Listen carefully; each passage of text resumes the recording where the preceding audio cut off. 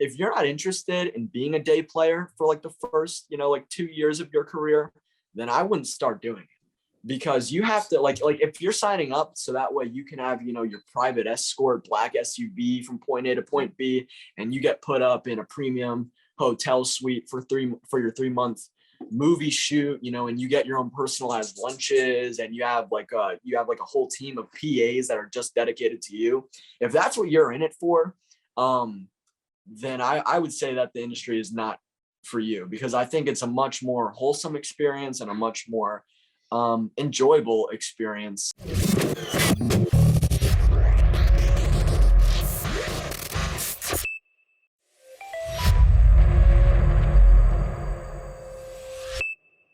Hey everybody, how's it going? My name is Carlos Sagaón. I'm so excited for this brand new interview. We have a great actor. He's from the United States, of course. We're gonna talk in English, but you can see the whole interview with subtitles in Spanish for all those Latin American people watching. I'm so glad to introduce you my next guest, ladies and gentlemen, Owen Asztalos. How are you, man?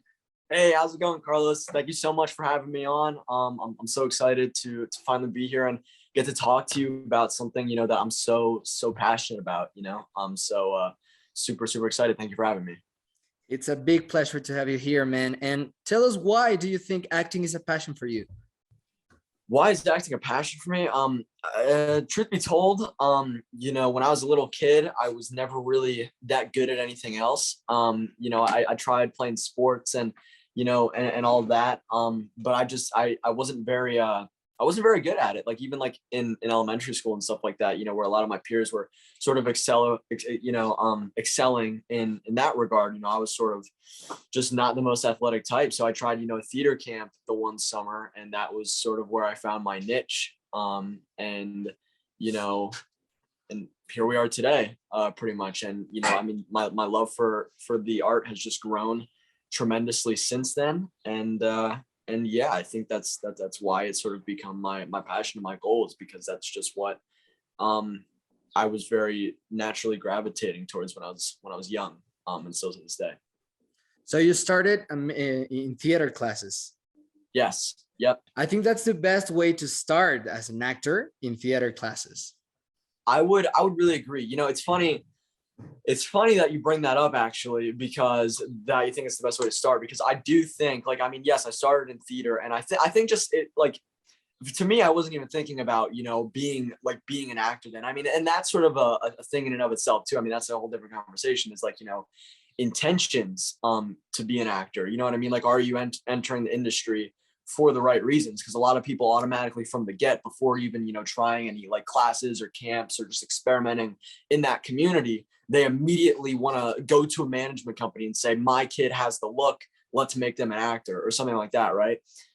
So I think that is sort of a big flaw, I guess, for a lot of young aspiring actors, is that their intentions maybe aren't super clear, or aren't where they should be, maybe,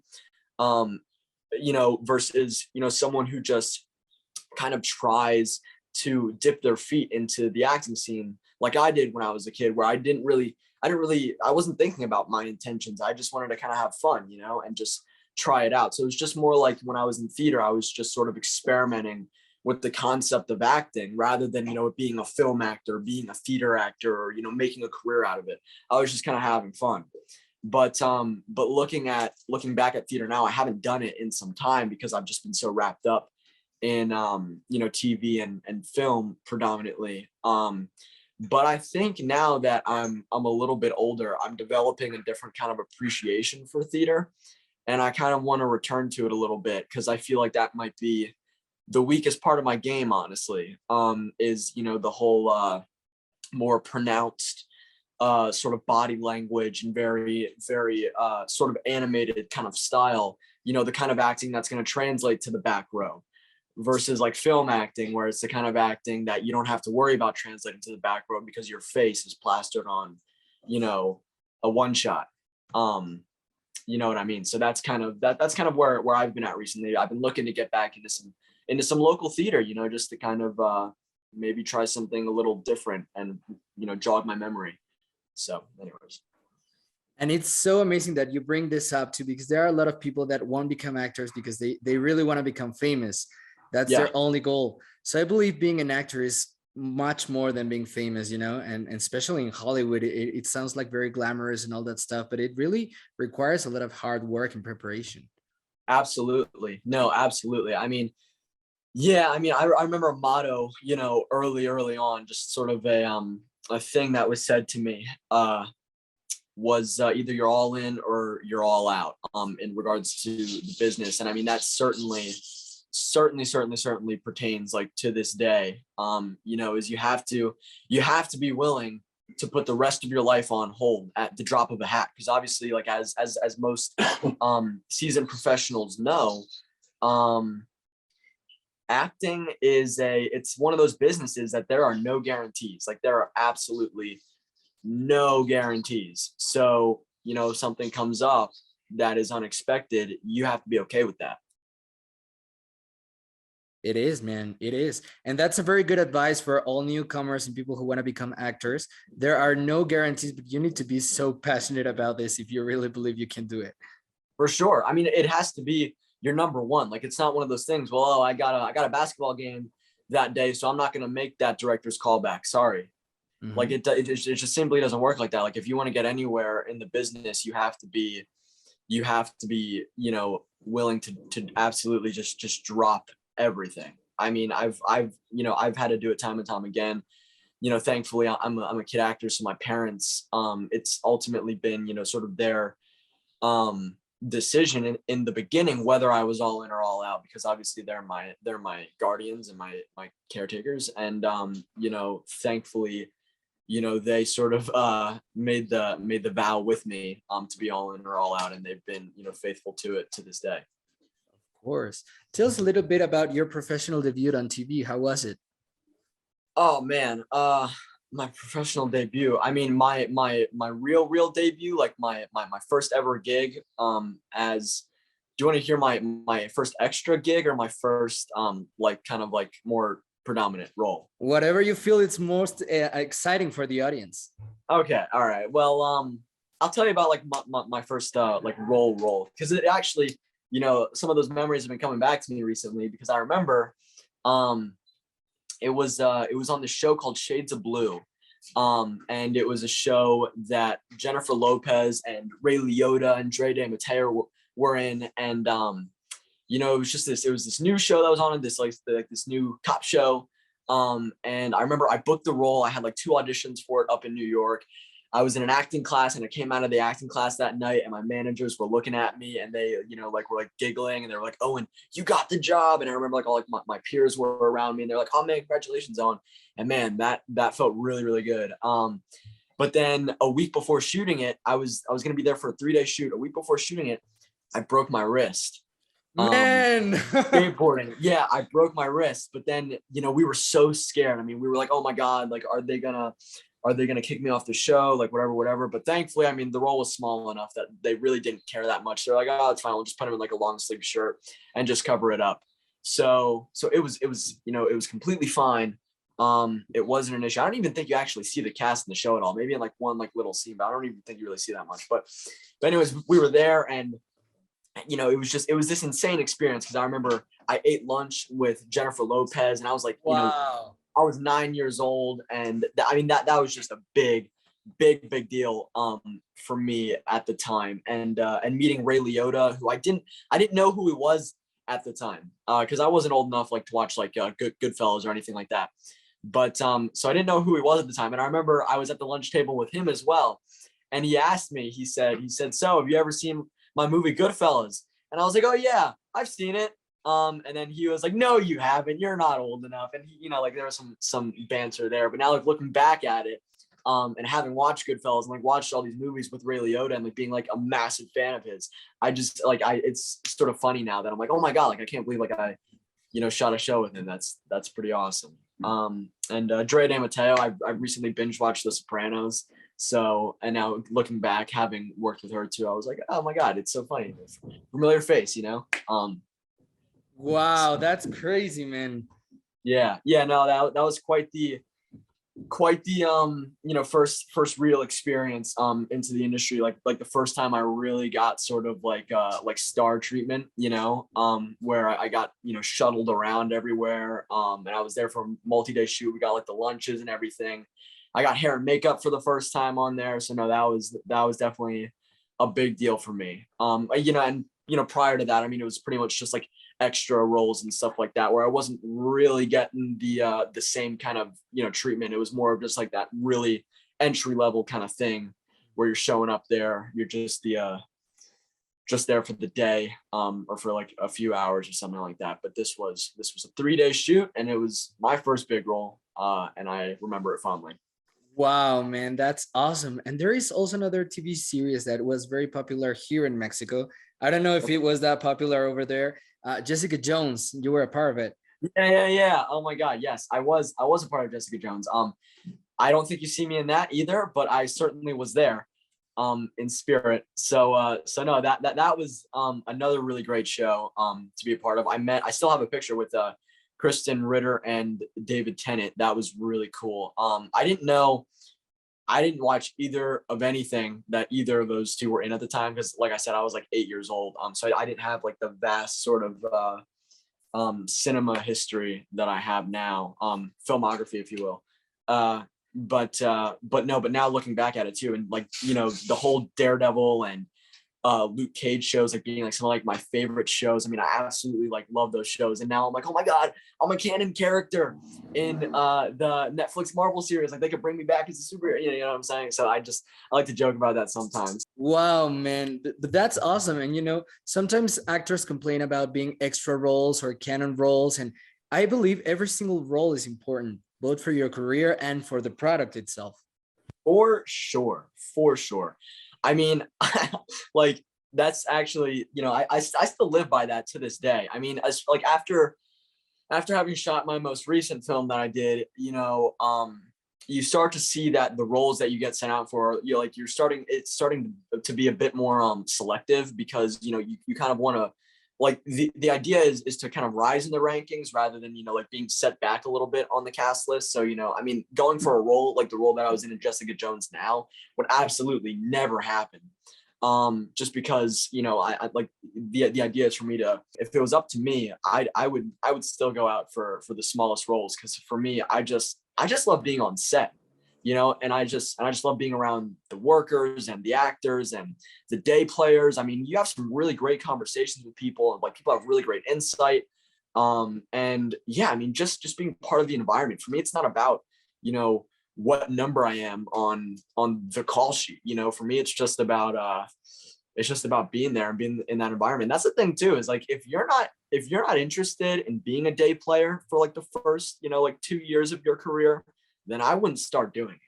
Because you have to like if you're signing up so that way you can have your private escort black SUV from point A to point B, and you get put up in a premium hotel suite for your 3-month movie shoot, and you get your own personalized lunches, and you have like a whole team of PAs that are just dedicated to you.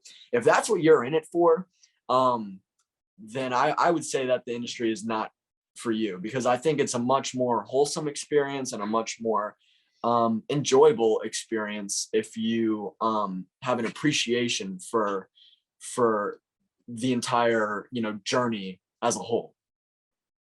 That's a great advice for all people. You need to learn that. You need to keep that in mind, people. There is this project that I believe it was a dream for a lot of people, and you are one of the very few who were a part of this, actually. Diary of a Wimpy Kid. Rowley, I bet your family doesn't have this problem with technology. Oh yeah, my mom's really strict about her 1 hour limit on screen time. See? 1 hour a day. That's all they need. It's a week. 1 hour a week. Oh man, yes. That's crazy. A dream it was for a really long time.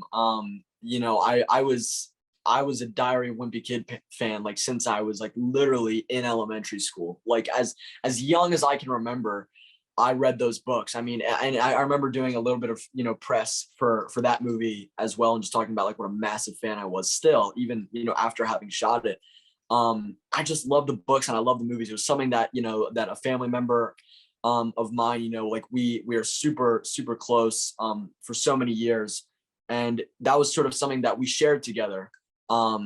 And we would watch those movies together every time, like one of like the new original ones came out. And I remember, you know, I was probably like 10 or 11 at the time.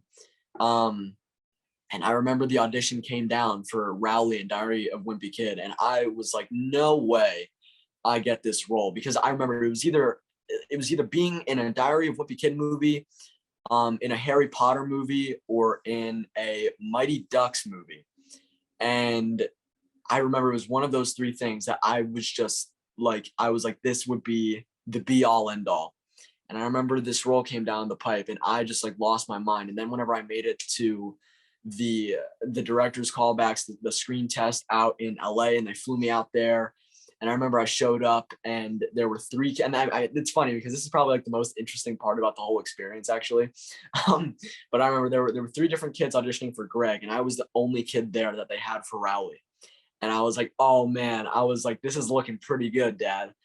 So we had like all these kids auditioning for Greg, and they were all tense and stuff like that. And then I was the only one there, you know, being auditioned for Rowley. And I was just, you know, kind of kicked back in my chair. I was like, oh man, you guys all still have to audition, and I already know that I'm smooth sailing here, you know. So I was super excited, and that was a really fun experience. Of course, man. And you know, back in those days, Diary of a Wimpy Kid was one of the most popular books of our generation. Yeah. And one of the most important movies too for all Latin American people. It was El Diario de Greg. That's the name in Spanish, and it was, I mean, here was bestseller for I think months. Yeah, no, for sure. I remember being on the school bus in kindergarten, and I don't even think I could read then, but I remember like one of the kids asked me, because he saw me like holding the Diary of a Wimpy Kid book, and he was like, can you read that? And I was like, yeah, I can read it. And I would just like look at it and just like start making up words, you know what I mean? But yeah, and I would just like start making up words. But I mean, yeah, just clearly I like to just like carry around the book with me anyways too. So, you know, that must mean something. So yeah, so no, I you know, I have memories that of Diary of a Wimpy Kid that go back, you know, so long ago. So that was definitely a full circle moment. And Mighty Ducks too. It's funny that I mentioned that, because I actually, a lot of people don't know this obviously, but in the Mighty Ducks show that came out on Disney Plus, I'm not sure if I'm allowed to say this or not, but I want to say it anyway. The Disney Plus show that came out on Disney Plus, I actually made it to the final round of callbacks for that. So I had one audition, I had another callback, and then I had a screen test for 3 different characters in LA. And I was auditioning for 3 different characters, and I didn't book a single one. Oh my God. Okay. Yeah. Okay. So I'm not sure what was going on there, but I think I was a lot older than a lot of the kids that were auditioning there. But a lot of the kids that were on the show were at the final round with me out in LA. But that would have been another one of those full circle moments, like another one of those movies that I, you know, grew up loving and getting to be a part of. I mean, it was just cool to even having like been associated with that. But yeah. So that's another thing. And I mean, I obviously it was kind of special to me because I was a hockey player when I was a little kid. So that was another reason why it was kind of a big thing. Yeah, I'm not sure why they didn't cast me. I mean, I already knew how to skate and everything, but I don't know. but it's very cool that you brought up this topic, because sometimes you audition and you are good, but you don't get the part, you don't get the role. And that's part of being an actor, you know? So what happens when you don't get don't book a job? What happens with yourself? Do you feel disappointed? Do you? Yeah, I talk to my therapist about that a lot, actually. I have serious issues with rejection that have really sort of built up over time and left a big hole in my heart. No, I'm just kidding. I'm totally acting right now. Okay, yeah. No. I'm sorry, that took a really dark turn. No, I was just you got the part, man. Yeah, no, thank you. You know, at this point, it's like when I don't book a role, like they don't send you a message for every like first audition that you have and say like, oh, you didn't get the job. Like if you didn't get the job, they just won't call you back. So at this point, you know, I'm not losing sleep over just like any old like Joe Schmo audition that I have. You know, there have been a couple instances for sure where I've made it to like the 3rd round of callbacks, or like a director's callback or something like that, where I've had like a meeting with the director, and it didn't go my way. And, you know, I definitely still think about some of those roles sometimes and, you know, what that could have led to. I remember there was this really great show that was going to come out on a topic that I thought was so neat. And I was surprised that they hadn't made a show on it already. And I made it to the final round of callbacks. And I'm pretty sure, I don't remember the details fully, but I'm pretty sure that I booked it. But the show ended up getting canceled because of COVID. Because it was when COVID was just starting. And I still think about this show from time to time and how cool it would have been to work on that, or this other really cool vampire show that was coming out, this other cool vampire show. And, you know, I was auditioning to play this, you know, really cool vampire. And I was just thinking about how cool that would be, you know, to make like a really like serious kind of like vampire thriller show. But that ended up not going my way. They went with a kid who was older than me. And, you know, like that's definitely a bummer. A lot of times it's stuff that's out of your control, typically too, that a lot of people need to take into consideration, like your age or your look. And also too, I mean, maybe they're just looking for somebody with with a little bit more experience sometimes. You know, they're looking for some guys that have been around the block a little bit more. Of course it is, man. And you suddenly booked a very important role in your career, and you had a chance to share screen with Glenn Close, Amy Adams. Yeah. Tell us about this project. Man, why can't we stay longer? I mean, we're always the first ones to leave. I don't get why you ever left Jackson in the first place. Because when you're knocked up at 13, you get the hell out of Dodge. That's why. Yeah, so Glenn Close, Amy Adams, you know, obviously top tier, you know, performers there. Ron Howard directing it was a big, super instrumental moment for me. You know, I walked away from that set with just so many first times, you know, like so many first time experiencing so many things in regards to the industry. And I learned so much. I mean, I should have had a notepad for the amount of, you know, information that I was, you know, that was being sort of just handed to me on a silver platter. But, you know, I was kind of just like a sponge when I was on set with them, you know, just kind of trying to take in as much as possible. I like to think that I walked away from the set probably like twice the actor that I was before. You know, I it's incomprehensible just like how much I was just like blessed with in terms of knowledge, and from this gentleman named Bo Hopkins. You know, he played my grandfather in the movie, but I spent a lot of time with him off set, and he, you know, would talk about sort of 1950s Hollywood and sort of these really like kind of classic experiences with classic filmmakers, because he made some really like old school, like Western films. Like he's been in the industry for a long time, and he had a lot of insight to share as well. And of course from Amy and Glenn, you know, being, you know, Oscar nominated actors, having so much to share. Should have been Oscar winners, but that's besides the point.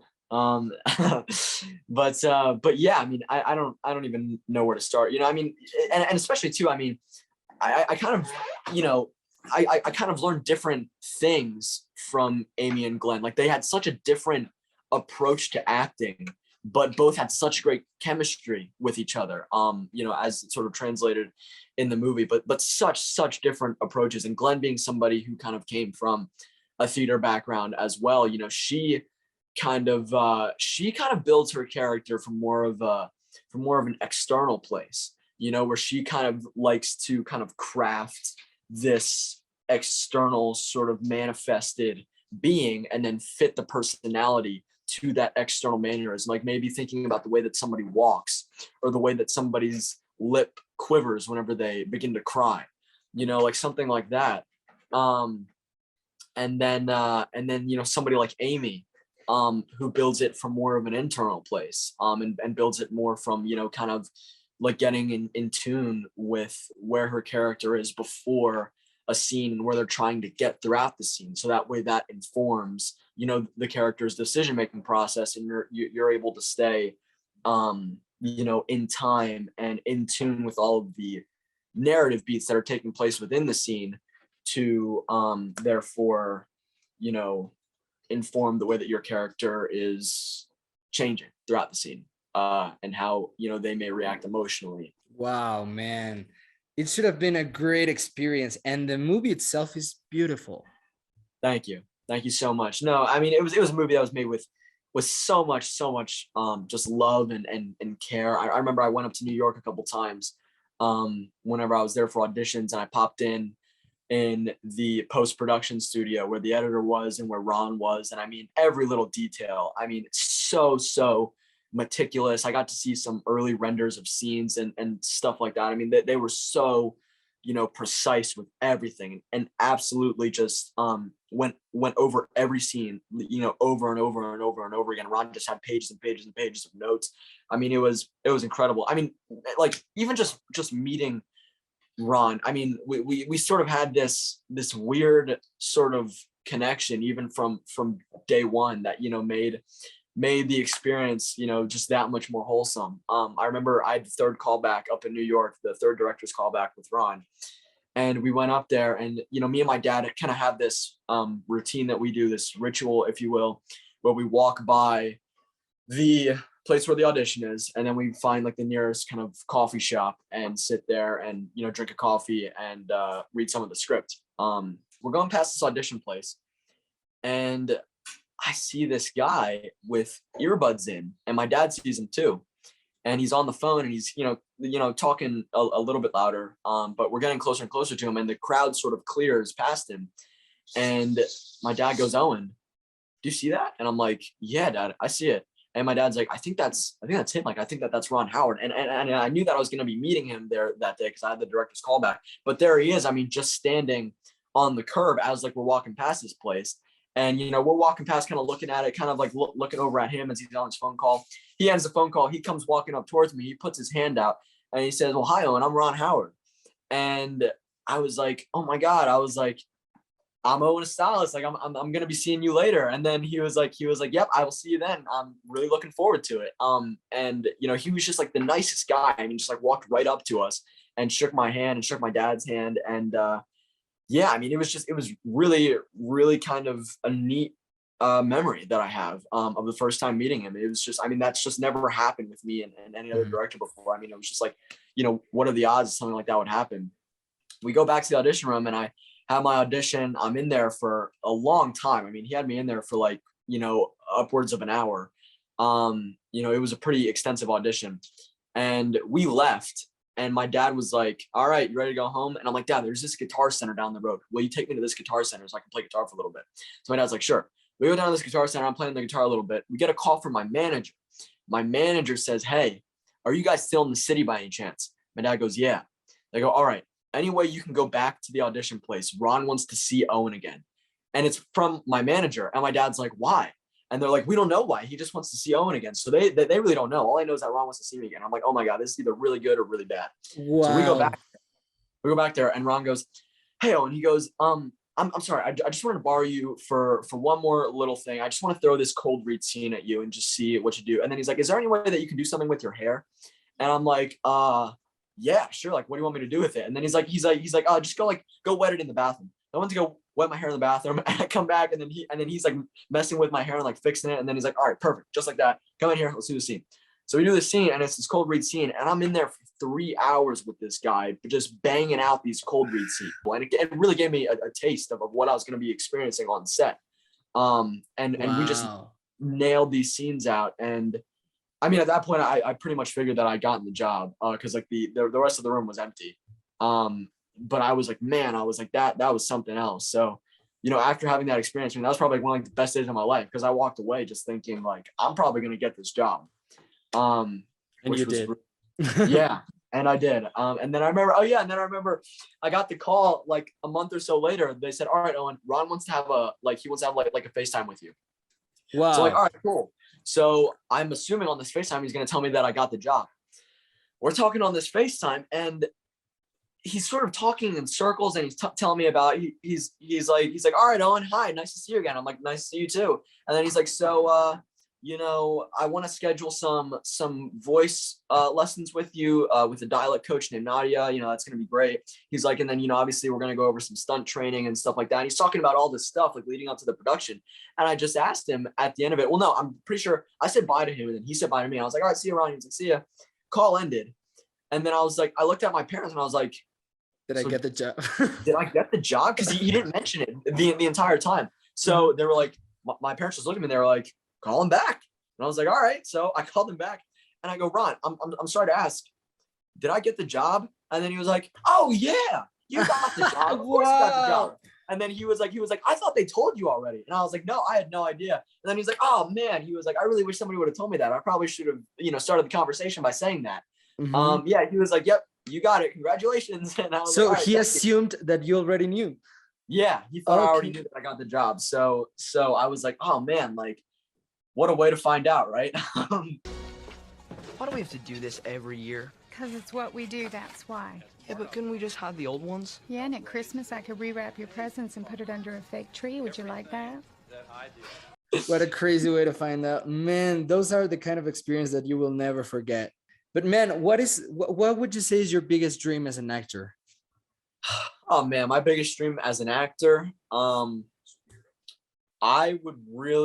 dream is to be casted as Robin in the DC universe. Okay. I'm so serious. After seeing the Batman, I'm a massive superhero nut. I read so many superhero comics and big fan. And after seeing the Batman and seeing Robert Pattinson, I honestly think that my dream would be to be casted alongside Robert Pattinson as his Robin. I'm sure you will get it, man. I'm sure.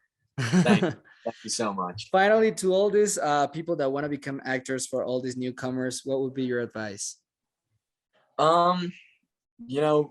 Be ready to just to strap in for the ride, and I think really think long and hard about other actors' experiences that you've listened to on mediums like this or whatever.